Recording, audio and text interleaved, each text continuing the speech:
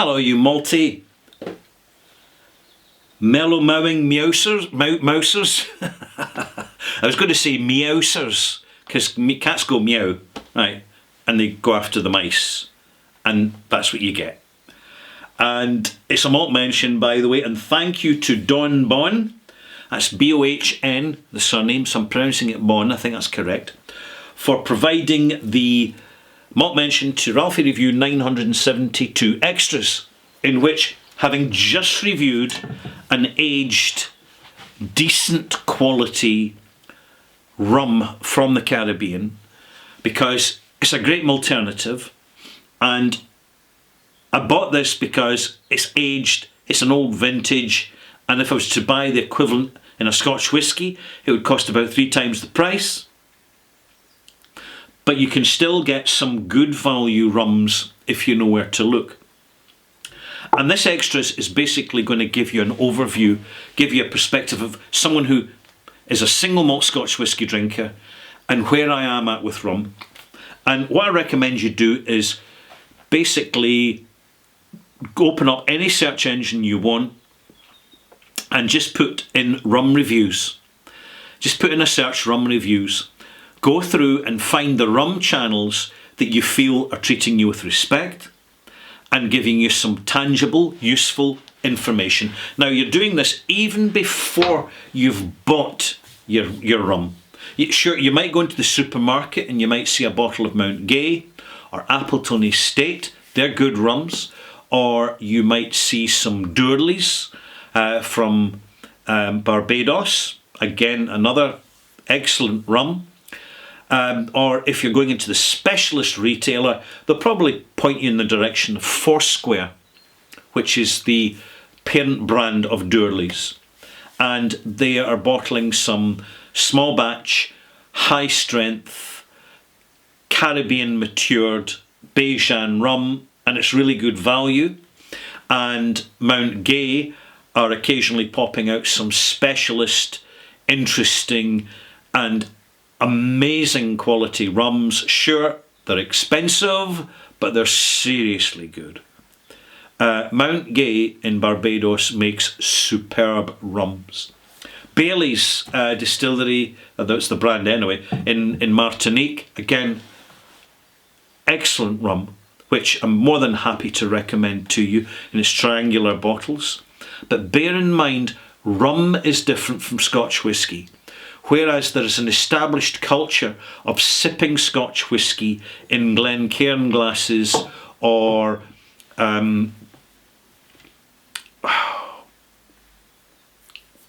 these nosing glasses, nosing glasses, or even brandy balloons, some people will use them. It's just not the same with rum.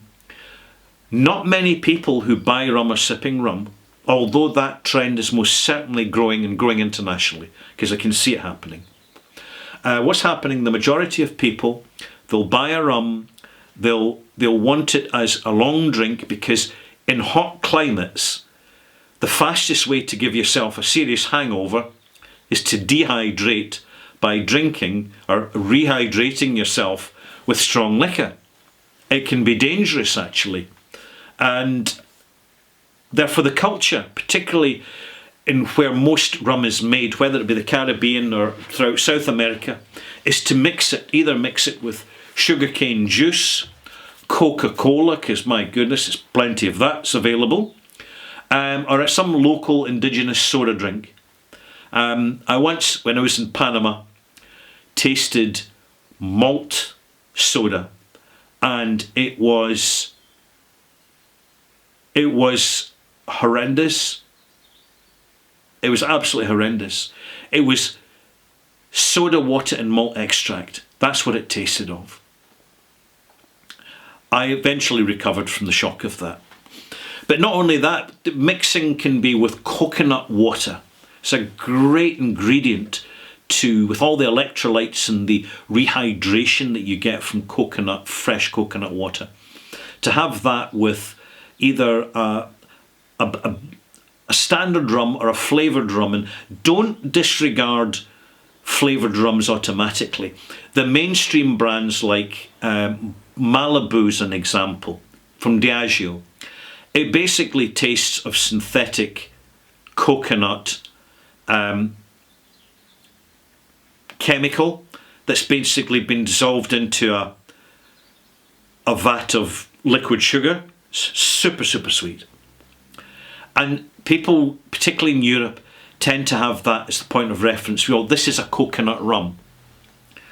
Whereas there's another brand of rum called Coco Canu. It's produced in Jamaica by Appleton Estate. And I think it's Appleton Estate actually. I could be wrong, could be Worthy Park, I'm not quite sure. Moving on. So as to avoid too much of a blooper. It's amazing. It's such a whole different level. And throughout the Caribbean, Elements 8, for example, I think that's one rum that I bought as a spiced rum. And when I tasted it, it tasted of genuine tropical fruit. And really intense, really well done, really nicely balanced, not too sweet. So you can get some rum liqueurs which are just phenomenal. But you've got to know what you're looking for. So you're looking for the rum review sites, and you're looking for several sites, and then you cross-reference them and see where the common denominator is. Which is the rum that they're always giving higher marks to. And that helps you focus down and narrow down where you're going to buy your rum. Don't forget the diversity of rum.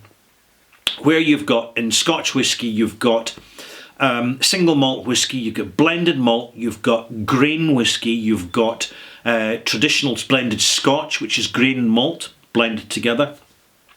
You get something similar in styles of whisky in the Caribbean and around the world. You get molasses rum, and you get rum agricole.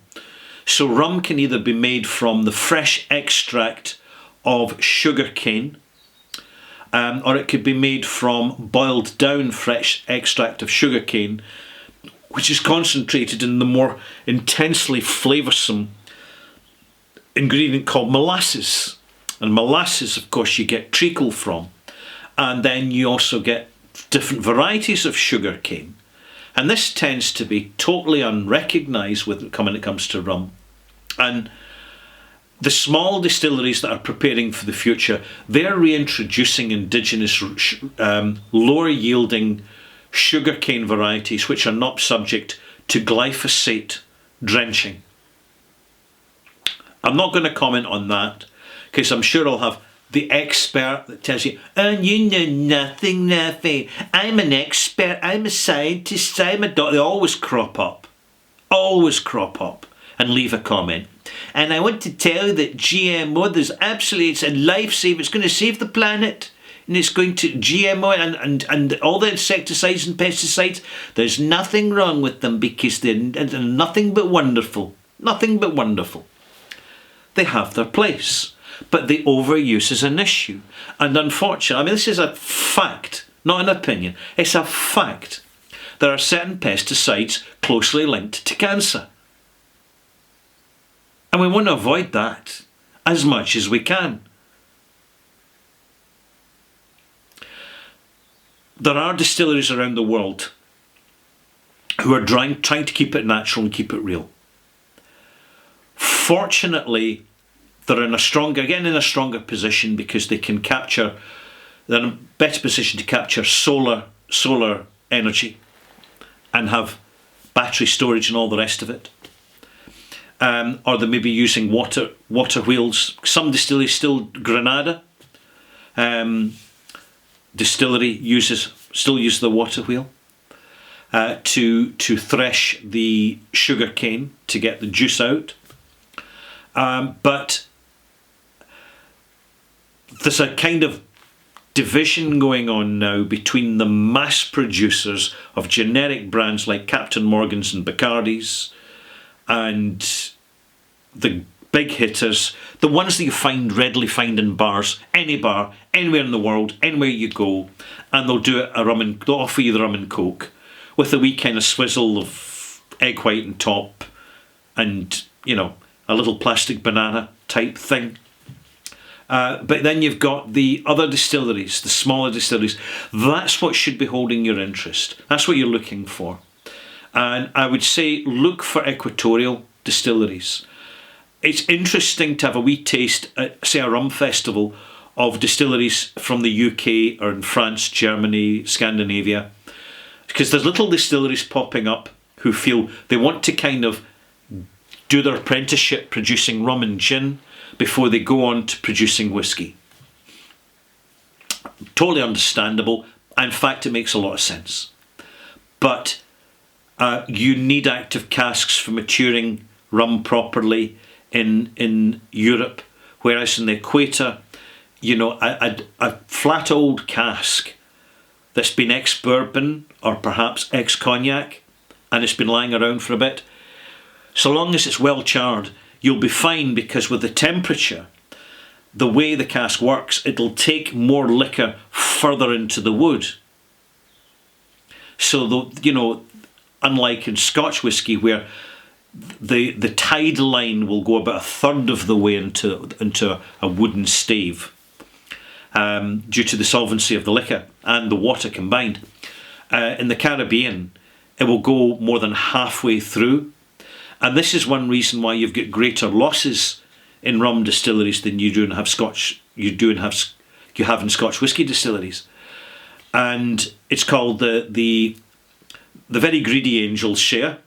See, the angels in Scotland get a wee share, but in the Caribbean they get a great big whacking share, because it's not only the alcohol that's evaporates through the wood of the cask, water does as well, simply because of the ambient temperature and the greater variation in barometric pressure due to dry season, wet season, seasonal changes that are incoming, hurricanes, typhoons, tornadoes, and all these horrible things that we're fortunate we don't really get in Northern Europe. Excuse me. This is such a good rum. But it could have been bottled stronger, just to give it more kick, just to give it more power. But the quality of the cask conditioning is second to none. It's been aged and matured in the tropics. You can tell it's got that kind of sunshine intensity to it. And it's my favourite alternative. If I'm not drinking Scotch whisky, I'm looking for rum, because it's an emotional thing, really. Because alcohol's an emotional thing. After a few sips, you're tasting the tropics. You're tasting a place you may have never visited, but you already, in your imagination, you've been there, where it's not cold, miserable, grey, wet, damp and depressing, where it's bright and the wind is always moving the trees, and life is at a more relaxed, less industrial pace. And this is the European sentiment towards the Caribbean. And let's bear in mind, it's simplistic and it's not entirely accurate, but it's there, exists, and it's something that when I'm drinking rum, I really kind of feel that I'm kicking back in a different way. I'm in front of the fireside, I've put an extra few logs into the fire, and I'm getting extra heat, and the music's on, and I've got a dram, and I've got about 3 or 4 rums lined up. So I'm doing a Caribbean trip. I've got a Bajan rum, I've got a Martinique rum, I've got a Jamaican rum, I've got a Trinidadian rum, maybe some Cabernet. Now, here's one. I'm going to take my conversation a different direction here. If you're looking for good rums, don't forget the auctions.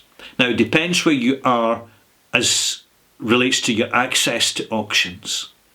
But auctions are a great place to pick up decent old rums. Rums are less faked, right, than single malt Scotch whisky, because they're generally less valuable and less desirable. The result is that you get these ubiquitous, generic, standard rums from yesteryear. And I'll give you an example. Wood's Navy Strength. Now, if you were to buy a bottle now, I can tell you it's going to be caramel drenched nothingness. I was going to say a rude word there, but I won't. I'm going to keep it decent. Whereas back in the 1980s, when I was regularly drinking rum and tonic, which was my tipple, post-college tipple, before I got into whiskey, it had a wonderful flavour. It was a different generation. And just like there's people who are into Scotch whisky lament about, modern whisky's not as good as it used to be, which is, I would say, partially true, partially not true. But the quality of casks you used to get, distilleries, wherever they are around the world, they're really struggling to get them now. Really, really struggling. And bear in mind in that golden age of American US prohibition, the casks would be going virgin oak straight to the Caribbean. They would be coming from left, right and centre because the Caribbean was the main hub for supplying America, the United States, with rum during Prohibition. And not many people realise this, but right up the east coast of America, in fact, in most major towns, there was significant rum distilleries. And I know I've said it before, but it's worth saying again, the Boston Tea Party, which was an important part, well, important as in it's the one they mention when you're at school getting indoctrinated. So it's still important though. The Boston Tea Party was never about taxes and tea, it was about taxes and liquor. And it was the old imperial heavy-handedness of the British aristocracy and the European aristocracy that basically caused it. It's always been a cause for concern with the establishment that alcohol fuels dissension and free-thinking radicals. And I think it's quite ironic now that in this modern age it's alcohol that fuels conformity, and it's magic mushrooms and medical grade cannabis which is fueling dissension and innovation and a changing of reality frameworks. It's fascinating. It's something I think about when I'm sipping my rum. It's what we do. I find rum very good for contemplation. Whiskey I enjoy for analytics. And this is the left brain, right brain thing. But with rum, it's a different spirit and it works differently on my brain, right? And I tend to become much more emotionally interpretive. And I'm going to cover this in a wee while. Is it in an extras? The left brain, right brain way of viewing alcohol and experiencing alcohol, because whether you like it or not, both sides of the brain do experience it. Absolutely do. But it's the way you can self-censor or shut down what you perceive from left and right hemisphere. It's fascinating. I'm going to conclude this kind of rum overview by saying there's more rum festivals happening now. Look out for them. And if you're at a whiskey test festival and they've got some rums, stop and taste them. Be guided by the people behind the counter. Certainly London is establishing some really international class rum shows now. There was one big one which tended to be more of a kind of party type thing, loads of mixers and cocktails and people drinking too much too fast, in my opinion. Just an opinion. But there's now rum festivals really catering more for the sippers. And that's a really, really good thing, because it's giving valuable feedback to rum distillers to go through their warehouses and re-evaluate the value of what they have for the modern contemporary market and actually make better quality rums available where they can have the courage not to sweeten them down with dosing, but to let them, if they're dry, let them be dry. If they're flinty and complex and astringent and even slightly bitter, let it be. let it be that way. And if you're going to slightly sweeten it, don't add anything to the cask of rum. Add the rum to a cask which has previously held some slightly sweeter content. Manage it a bit more sensitively. That's what you do. So I'll leave it at that now. I think I've covered quite a lot of ground. If you're a whiskey drinker, good luck looking for your rums. They're out there. They're easy to find. You can find what's valuable by looking at the auctions in which rums get high money. That's a very good way you can graduate what's the real quality. But don't be sucked too much into that, because it tends to be very Caroni dominant, which is a defunct distillery from Trinidad, which was closed down and left sitting with warehouses full of fine rum, which then gets sold to independent bottlers and bottled up and sold at increasingly high prices. And what's getting bottled now isn't so good because it's the leftover casks, so beware, you'd be warned. Furthermore, as time goes on, the premium being asked for Caroni at any age is getting more and more absurd. Older is not necessarily better. In fact, younger Caronis have more of the signature of the distillery. They work better.